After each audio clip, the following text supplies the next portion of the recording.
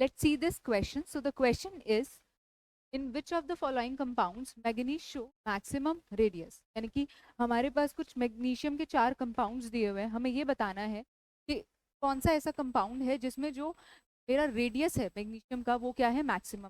ठीक है, तो हम देख सकते हैं कि the size of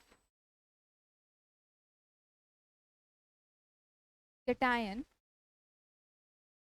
is always less than the size of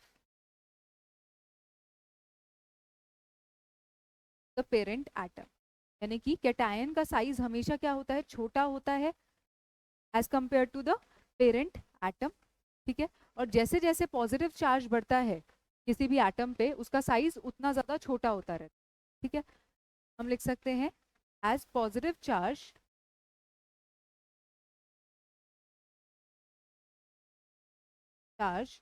on an atom increases,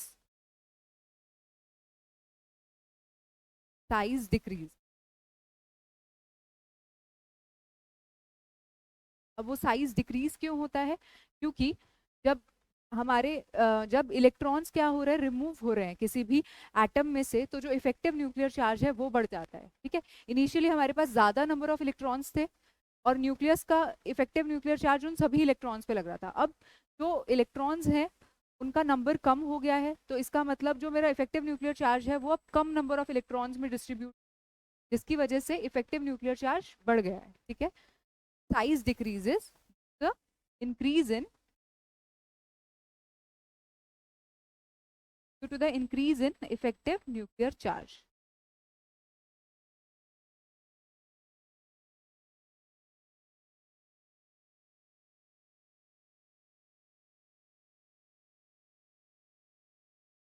ठीक है, अब देखो, अब हमारे पास क्या है, ये कुछ कंपाउंड्स दिए हुए हैं। ठीक है, सबसे पहले अगर मैं ए कंपाउंड की बात करती हूँ तो वो है MnO2।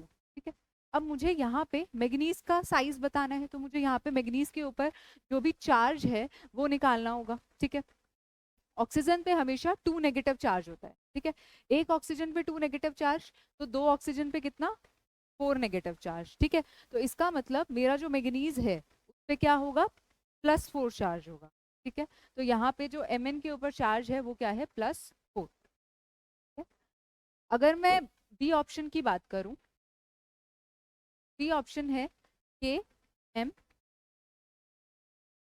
ठीक है, यहाँ पे मुझे क्या निकालना है, Mn का चार्ज निकालना है। ठीक है, तो हम एक्स मेथड से निकाल सकते हैं। पोटेशियम हमेशा +1 चार्ज कैरी करता है क्योंकि वो एक अल्कली मेटल है। ठीक है, तो पोटेशियम पे होगा +1 चार्ज। Mn का चार्ज हमें कैलकुलेट करना है तो हम उसको x रख सकते हैं। एक ऑक्सीजन पे 2 नेगेटिव चार्ज, तो 4 ऑक्सीजन पे 8 नेगेटिव। ठीक है, तो यहाँ पे जो चार्ज आया मैग्नीज पे वो है +7। क्लियर है? ठीक है, अब उसके बाद सी ऑप्शन देखते हैं। सी ऑप्शन में हमें दिया हुआ है MnO। ठीक है, अब ऑक्सीजन पे क्या है, 2 नेगेटिव चार्ज है, तो Mn पे कितना होगा, +2 चार्ज, यानी कि यहाँ पे जो Mn पे चार्ज है वो है प्लस। ठीक है, अच्छा, अब उसके बाद डी ऑप्शन अगर हम देखें तो इस तरह का कुछ कॉम्प्लेक्स मुझे दिया हुआ है K3Mn CN6। ठीक है, अब यहाँ पे हम कैसे मैग्नीज पे चार्ज निकालेंगे, तो हमें पता है कि इस स्फीयर के बाहर K3 दिया हुआ है। ठीक है, यानी कि 3 पोटेशियम आयंस दिए हुए हैं, तो इसका मतलब अब पोटेशियम पे तो +1 चार्ज होता है, तो 3 पोटेशियम पे +3 चार्ज होगा। ठीक है, यहाँ पे अगर +3 चार्ज होगा तो इस पूरे कोऑर्डिनेशन स्फीयर पे क्या होगा, -3 चार्ज होगा। ठीक है, हमें पता है कि जो Cn होता है वो -1 चार्ज कैरी कर, तो यहाँ पे अगर मैं Mn के चार को x मान लेती हूँ। ठीक है, Cn, एक Cn पे -1, तो 6 Cn पे -6 चार्ज होगा। ठीक है, उसको बराबर रख देंगे हम टोटल चार्ज, जो टोटल चार्ज है स्फीयर पे उसके। ठीक है, तो यहाँ से जो हमारी x की वैल्यू निकल के आई वो आई +3। ठीक है, यानी कि इस वाले कॉम्प्लेक्स में जो Mn पे चार्ज है वो कितना है, प्लस। ठीक है, अब हम देखेंगे कि सबसे पहले इस वाले Mn पे कितना चार्ज है, +4। ठीक है, यहाँ पे कितना है +7 और यहाँ पे +2 एंड देन यहाँ पे +3। ठीक है, अब हमको क्या पूछा है, manganese show the maximum radius. Maximum radius हमने एक पॉइंट यहाँ पे लिखा था कि जितना ज्यादा पॉजिटिव चार्ज होगा उतना ज्यादा केटायन का साइज छोटा होगा। ठीक है, तो हमें यहाँ पे ये चेक करना है कि किस पे सबसे कम चार्ज है, वही उसी का रेडियस क्या होगा, सबसे ज्यादा होगा। सबसे कम चार्ज MnO पे है। ठीक है, यानी कि MnO पे +2 चार्ज है, बाकी इस पे +4 है, इस पे +7 है, इस पे +3 है, तो सबसे least charge, least positive charge MnO पे है, तो इसमें जो Mn का साइज होगा वो सबसे बड़ा होगा। ठीक है, तो C will be the correct answer.